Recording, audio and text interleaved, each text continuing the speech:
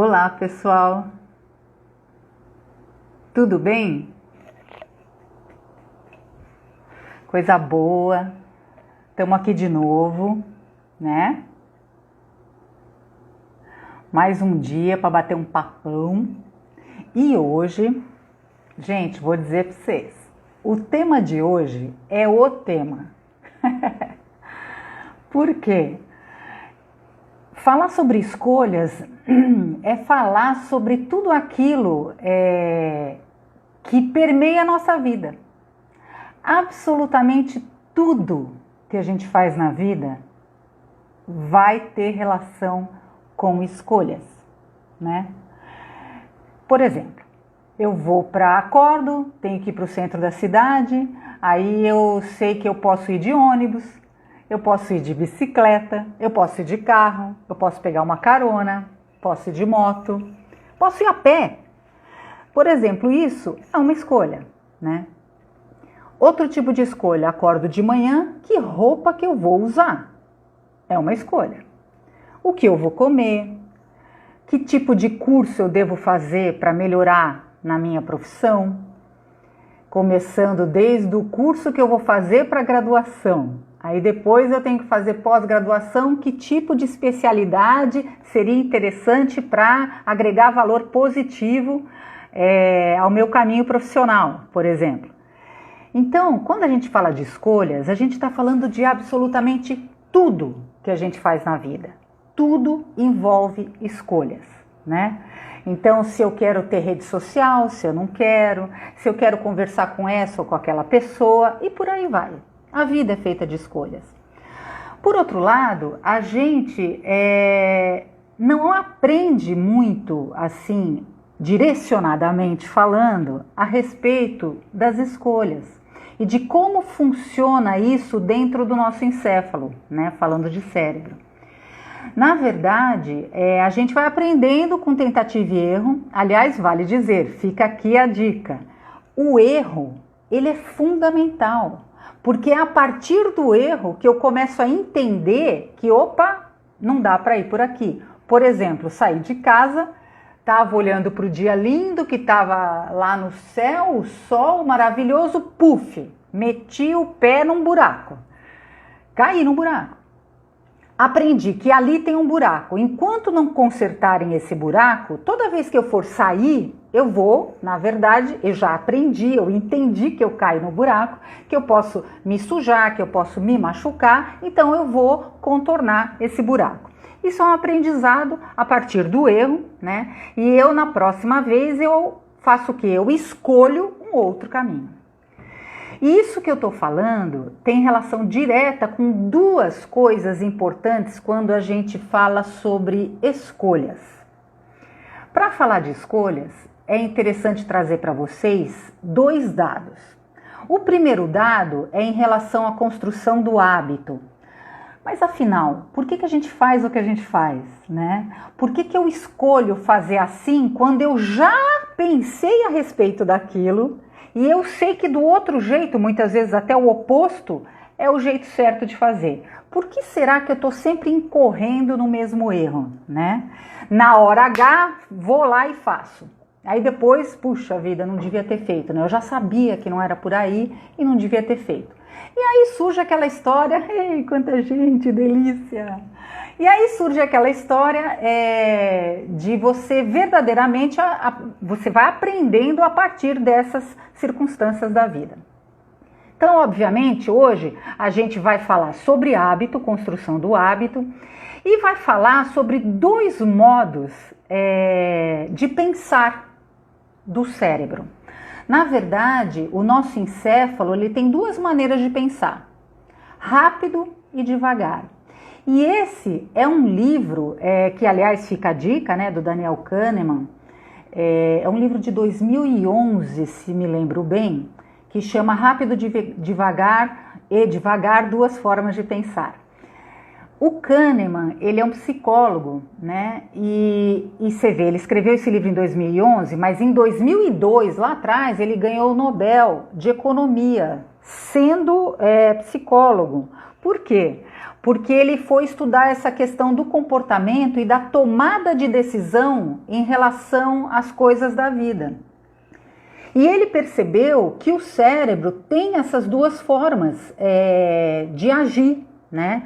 De resolver problemas e tomar decisões a respeito desses problemas que se apresentam na nossa vida. Quais seriam essas formas essa forma rápida e essa forma devagar de pensar? Então, assim, o que ele descobriu? Todas as vezes que a gente tem que agir rapidamente, na verdade, o nosso cérebro, para dar essa resposta rápida, ele tem que estar de alguma forma usando um conhecimento que já está automatizado, né? E isso que está automatizado só foi automatizado justamente porque eu, ao longo das minhas experiências e das minhas vivências, eu fui aprendendo por tentativa, acerto e erro, fui aprendendo que por aqui era melhor, por ali era pior e por aí vai. Tudo isso vai construindo essas conexões, né, neuronais que mostram pra gente, olha, tá vendo? Se você for por aqui, a coisa vai dar certo, por ali já não dá tanto. E isso vai construindo um conhecimento que fica lá armazenado, né? O que acontece? Isso é muito rápido, nem pensa, não usa córtex pré-frontal, simplesmente reage, né? É uma resposta, portanto, rápida e automática. O outro tipo de pensamento, na verdade, ele é um pensamento consciente, ele é um pensamento mais devagar, que requer maior esforço do nosso encéfalo, maior esforço do nosso córtex pré-frontal, no sentido de gasto de energia. Então, para ponderar as coisas, organizar um planejamento estratégico, eu lidei com uma situação diferente na minha vida e agora eu preciso parar e botar tudo no papel e pensar a respeito disso. Esse tipo de pensamento é um pensamento mais devagar, é um pensamento mais lento, que requer maior esforço do nosso cérebro, né, do nosso encéfalo, para poder resolver aquela circunstância nova. O que acontece? Então, por exemplo, todo começo de ano a gente tem uma energia de base aí, né, até por conta de uma crença cultural, que diz o seguinte: todo ano novo, vida nova, né? Então, agora eu vou conseguir fazer aquele curso de inglês que eu queria tanto, agora eu vou fazer minha pós-graduação, agora eu compro um carro, agora eu emagreço, e por aí vai. Então a gente começa o ano cheio de energia e de amor para dar, né? Muito bem. Com o tempo, à medida que eu vou, por exemplo, me inscrevo numa aula de inglês, vou começar meu curso de informática e assim vai indo, quando o tempo vai passando, eu consigo ir um dia, 2 dias, 3 dias, um mês, eventualmente 2 meses. Chega uma hora que aquela motivação inicial, ela se esvai, ela vai diminuindo e eu acabo, deixa, hoje tá chovendo, hoje não vou, acordei com uma dor de cabeça, não tô me sentindo bem, então eu não vou também, entendeu? Então o que acontece, gente? Na verdade, esse pensamento devagar é um pensamento mais de consciência e estudo estratégico do que a gente tem que fazer. O outro é rápido. E aí, num momento de adversidade, alguma coisa deu errado, o meu cérebro, como ele grosso modo, preguiçoso, ele não quer gastar muita energia, ele tende a escolher as trilhas neuronais que estão mais fortalecidas, que eu reconheço com mais facilidade, entendeu? Então, por isso que no início do ano eu tô cheio de gás e eu vou, porque eu aconteço, eu faço isso e aquilo. E aí chega uma hora que isso vai se esvaindo e eu acabo caindo no mesmo. O que é esse mesmo? E aí vale dizer uma outra coisa, contar mais uma coisa a respeito disso. A tal da zona de conforto, né? As pessoas entenderam que existe a zona de conforto, e aí especialmente o mundo corporativo, falando assim das organizações e tal, saia da caixinha, pensar fora da caixa, saia da sua zona de conforto, tananã, né? Isso aí, como tudo, como todas as grandes ideias, né? Assim, nesse sentido, acabam virando carne de vaca. O fato é o seguinte, veja bem, é biológico é até por uma questão de sobrevivência que você busca um lugar seguro para você se sentir bem, para você acalmar. Volta no tempo, onde a gente éramos todos nômades, né? E a gente ia procurar um lugar seguro para passar a noite, uma caverna, enfim. Na verdade, a gente se protegia de tudo que acontecia num lugar que a gente se sentia seguro. E esse lugar seguro nos era, portanto, confortável. E eu podia descansar, baixar a bola e descansar por aquela noite. Olha que interessante. Dessa maneira, um dos primeiros sistemas neuronais, sistemas do encéfalo, que foram evoluindo ao longo da espécie humana, e na verdade ele existe em todos os mamíferos, foi o sistema límbico, que é esse sistema emocional. E é um sistema muito primitivo, porque ele começou a existir e existe até hoje para isso. O que é o sistema emocional? Esse sistema límbico? Ele é, na verdade, um sistema qualificador do meio ambiente. Entende? Ele, na verdade, ele precisa dar uma geral, ver como estão as coisas, e aí ele volta para você e fala, presta atenção, você precisa se adaptar a essa nova circunstância do meio. E aí você vai internamente e faz as correções e os ajustes necessários. Então, na verdade, olha só que interessante. Quando eu estou falando de sistema emocional, eu estou falando de um sistema primitivo, altamente desenvolvido e espetacular. Que ele veio para resolver a coisa assim mesmo. Rapidamente, para não precisar passar pelo pensamento, pelo córtex pré-frontal, que precisa de um tempo maior para entender como as coisas estão acontecendo, e reagir para garantir o quê? A minha sobrevivência enquanto espécie, entendeu? Só que isso era lá atrás, e ele foi sendo desenvolvido, tal, chegamos no mundo moderno, no mundo contemporâneo, né? O que acontece no mundo contemporâneo? A gente, enfim, não vai mais ser morto pelo urso, não é? Pelo leão que vem aí.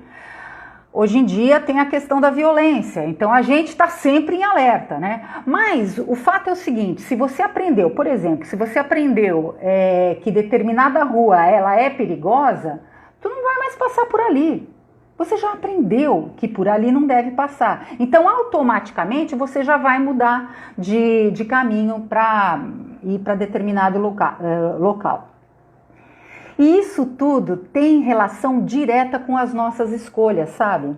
Então, assim, imagina que eu montei um plano de ação para mim, que eu já sei como é que eu vou fazer meu curso de inglês, como eu vou aproveitar melhor meu tempo, como eu vou emagrecer, como eu vou me fortalecer na academia e por aí vai.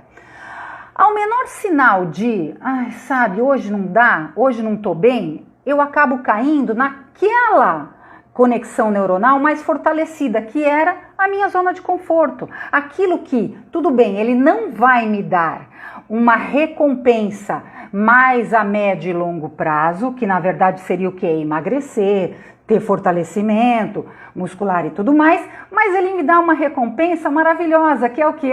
Deixa eu ficar aqui, né? Deitadinha, tá quentinho. Pô, hoje começa a série que eu tava tanto esperando. Vocês entenderam?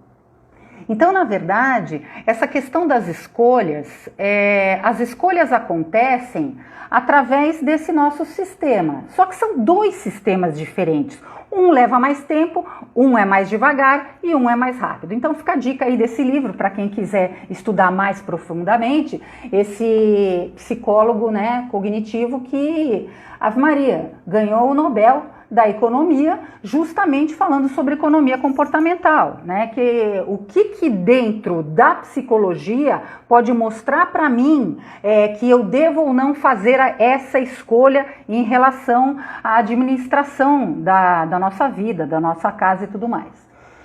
É o Daniel Kahneman. Então, rápido, devagar, duas formas de pensar. A outra coisa que eu falei para vocês, que seria interessante a gente conversar hoje, justamente, que também vai ao encontro dessa questão das escolhas, é a construção do hábito. E aí, obviamente, todo mundo já ouviu falar no livro chamado O Poder do Hábito, que é do Duhigg, né? Charles Duhigg, O Duígues é o seguinte, ele é um jornalista, né? E ele ganhou prêmio por conta dos trabalhos que ele faz e tal. Ele fala muito sobre produtividade. Agora, vale falar o seguinte, ele traz coisas muito interessantes a respeito do poder do hábito, né? E o quanto o hábito, na verdade, é isso que eu quero que vocês guardem, o hábito, ele é maravilhoso para o nosso sistema nervoso. Por quê? Porque na medida em que eu me habituei a fazer determinada coisa, eu não preciso mais pensar nela. Se eu não preciso pensar nela, eu faço automaticamente. Se eu faço automaticamente, eu gasto menos energia. Se eu gasto menos energia, eu posso sobreviver por mais tempo. Lembra a história dessa questão da economia da energia? E é para isso que os seres vivos estão sempre trabalhando, para acumular energia, né? E poder usar a energia devagarinho, depois quando for necessário. Quando aparecer uma situação de adversidade, eventualmente eu vou usando essa energia que eu guardei. O que acontece em relação à construção do hábito? Esse é um bom livro também que vale a pena conhecer, claro. Mas é importante falar em relação a essa questão do hábito. Gente, não existe fórmula, sabe, gente?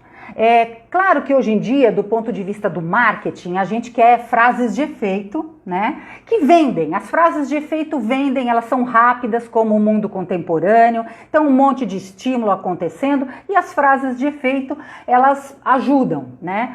Agora, gente, se você quer... Eu posso dizer para você que ele, por exemplo, no livro, ele trouxe uma ideia ele descobriu o loop do hábito, né? Da questão da construção do hábito. Grosso modo, todos os hábitos, eles viram hábito porque eles têm uma questão da deixa, ou seja, aquele gatilho que vai fazer com que eu comece a fazer determinada coisa. A rotina, propriamente dita, por exemplo, quero começar a correr. E por fim, a questão da recompensa. Toda vez que a gente faz uma coisa que a gente faz e achou que foi legal, a gente, na verdade, tem uma descarga de dopamina, né? E essa dopamina faz com que a gente se sinta feliz. Na medida em que eu me senti feliz, mais alegre e tal, por exemplo, atividade física, e aí quando você faz pelo menos uns 20 minutos e tal, você começa a ter aquela euforia, aí você está lidando com dopaminas, endorfinas, que são todos os neurotransmissores, e posteriormente você vai ter também liberação de neurohormônios, que fazem com que você se sinta bem, e você acaba viciando naquilo. Isso é o loop do hábito, é fato. Todo hábito tem uma deixa, ele tem uma rotina e ele tem uma recompensa, né? Agora, as pessoas costumam me perguntar quando fazem ou curso ou quando vêm fazer a psicoterapia individual. O que as pessoas perguntam? Mas quanto tempo? Eu vou começar a fazer isso que você está me ensinando, em quanto tempo eu já mudei meu hábito? Ou construí um hábito novo? Eu vou dizer para você, depende. No livro, ele fala em 21 dias, e aí muita gente passou a falar em 21 dias, e por aí vai. O fato, gente, tudo vai depender da natureza do hábito que você agora quer mudar. Da forma como você está enraizado no seu jeito de ser. Se você é uma pessoa com maior ou menor flexibilidade cognitiva, tá entendendo? Então, gente, não dá para usar uma receita de bolo, assim como se fosse uma receita para todas as pessoas. Então, por isso que às vezes a gente começa a seguir determinadas coisas lá que a gente vê, faça isso em tantas semanas, né? Que a gente começa aí, de repente não dá certo, naturalmente a gente vai voltar pro se dane, não vou fazer mais essa jossa, entendeu? Então, é importante que vocês tenham clareza que, primeiro, somos indivíduos e, portanto, aquilo que dá certo para o vizinho, ou tão certo para ele, ou tão rápido para ele, eventualmente para mim não dá. Porém, eu já sei que eu preciso, grosso modo, ter um gatilho, uma deixa que faça, por exemplo, né? A gente ouve muito isso, eu acordo de manhã, eu já deixo a minha roupa preparada, eu já sei que com aquela roupa ali do lado, acordei, ponho a roupa e vou correr. Quando eu voltar, eu tenho que ter uma recompensa. Que recompensa, Renata? Sei lá, uma coisa que você gosta muito de fazer, tomar um café da manhã bem gostoso, com mais tranquilidade. Então, o grande lance é quando você tiver uma mudança de hábito, que você eventualmente descobrir que esse hábito não está me servindo mais, né? Isso me fez bem durante um período, agora não me faz tão bem. O que você tem que fazer? Quebra esse hábito em pequenas metas. E aí, nessas metas, toda vez que você atingir essa meta, você vai lá e comemora. Comemora como? Eventualmente, se você é uma pessoa muito, né? Legal, consegui, lindo. Mas se você precisa de uma recompensa efetiva, escolhe uma quantidade X de recompensas ou uma só que você vá realizar logo após você conseguir fazer aquele exercício, fazer aula de inglês, ou seja lá o que for, entendeu, gente? Então, na verdade, por que é tão difícil às vezes fazer essas escolhas do dia a dia? Porque é muito fácil voltar para a zona de conforto, porque na zona de conforto, como o próprio nome diz, eu me sinto confortável, eu tenho segurança, eu estou seguro e confiante que ali não vem ninguém me atrapalhar. Então é claro que eu tenho que voltar para a zona de segurança. Então eu te digo que cada um de nós tem assim zonas de segurança, tá certo? Que você construa momentos que você fica tranquilo e tudo mais. Agora, não se engane, se você quer aprender coisas novas, mudar um hábito ou entender um pouco, tomar um pouco de consciência de como funcionam as suas emoções e usar esses dois modos de pensar juntos de uma forma sistêmica e inteligente, você vai precisar, é óbvio, de muita disciplina. Agora, disciplina junto com uma boa dose de recompensa diária. Acho que na semana passada ou retrasada eu cheguei a falar para vocês que eu trabalhei há algum tempo com dependência química e falei de AINA. E eles falam, às vezes a coisa tá punk, você não vai colocar uma meta para uma semana, você coloca para cada 3 dias, para cada um dia, para a próxima hora. Na próxima hora eu não vou comer tal coisa, ou na próxima hora eu vou comer só coisas boas, frutas. Porque, veja bem, você precisa saber, isso é outra coisa interessante em relação à construção dos hábitos. Na verdade, eu acabo querendo falar tudo, mas assim, o tempo é curto e tal. Mas é importante você saber para onde vai. Saber para onde vai é a intenção das coisas, né?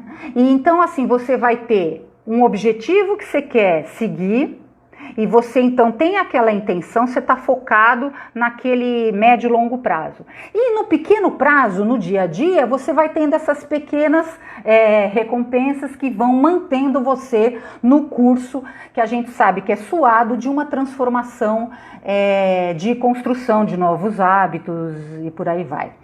E em relação, voltando, para finalizar a nossa conversa de hoje, voltando em relação a esse pensar rápido e devagar, é importante deixar claro para vocês, gente, que quando a gente está falando sobre emoção e sistema emocional, a gente não está falando de sentimento, entendeu, gente? A emoção, do ponto de vista da neurociência, a emoção, ela é uma reação. A emoção é um sinal, é um comportamento. A emoção é balizadora da forma como a gente vai agir em relação ao meio que a gente está. Entende? O sentimento é outra coisa, e isso acho que eu também comentei do outro dia, mas não falando exatamente dessa maneira. O sentimento é a emoção percebida. É você atribuir um valor àquela emoção que você está sentindo, né? Então, se você passa a atribuir valores mais pesados, mais que te trazem para o chão, obviamente você toda vez que passar por aquilo você vai ficar mal, entendeu? Agora, se você atribui outro tipo de significado, mais para cima, mais bacana, óbvio que você vai receber todos esses neurotransmissores que eu falei, os neurohormônios também, e aí você passa a querer repetir. Entende? Então é mais ou menos assim que funciona trabalhar as nossas escolhas. De fato, escolher qual é o caminho que a gente vai usar para uma tomada de autoconsciência, de autoconhecimento, na verdade, é você trazer o quê? Quando você fala, não, você precisa ser mais racional. Gente, isso é uma bobagem, porque justamente, aliás, nesse livro o que o Kahneman traz para nós, é justamente isso. Veja bem, quando você tem a tomada de decisão, precisa tomar decisão em relação a alguma coisa, na verdade, você vai estar olhando para aquelas suas emoções que estão vindo em relação à análise desse meio ambiente, à qualificação desse meio ambiente, e você vai olhar para isso e começar a atribuir um valor para aquilo, e se você acha que aquilo é bacana, você vai construindo essas conexões para que numa próxima vez você comece a repetir, até que essa conexão fica tão forte, tão robusta, a ponto de, num momento de adversidade, o teu encéfalo vai escolher isso.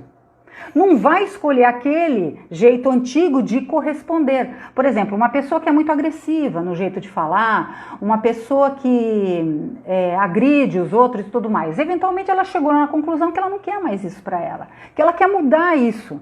Não é uma coisa simples de mudar. Ela está... eu costumo dizer o seguinte, as pessoas perguntam, por que eu não consigo mudar um hábito?